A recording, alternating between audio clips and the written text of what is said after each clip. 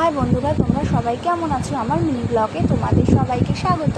দেখো, আজকে যাব বাপের বাড়ি, তাই জন্য রেডি হয়ে বেরিয়েও পড়েছি। সবাইকে বার করে আমরা টোটো তুলতে গেছি। আর দেখো, বৃষ্টি তো পড়েই চলেছে।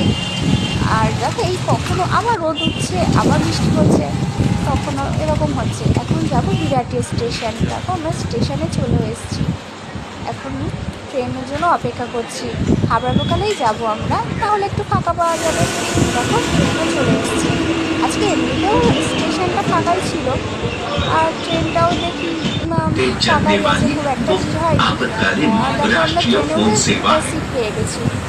বসে একটু ভিডিও করছি আর বাইরে দেখছিলাম। আর দেখো, বৃষ্টিটা তখনও পড়ছে। আর যেরকম একটা ভিড় ওরকম ভিড় হয়নি। শনিবার দেখে হয়তো একটু ফাঁকা বেলার দিক দেখে। আর আমার ছেলের আজকে প্রথম ট্রেনে করে যাচ্ছে, ওর তো খুব মজা আছে ওটা।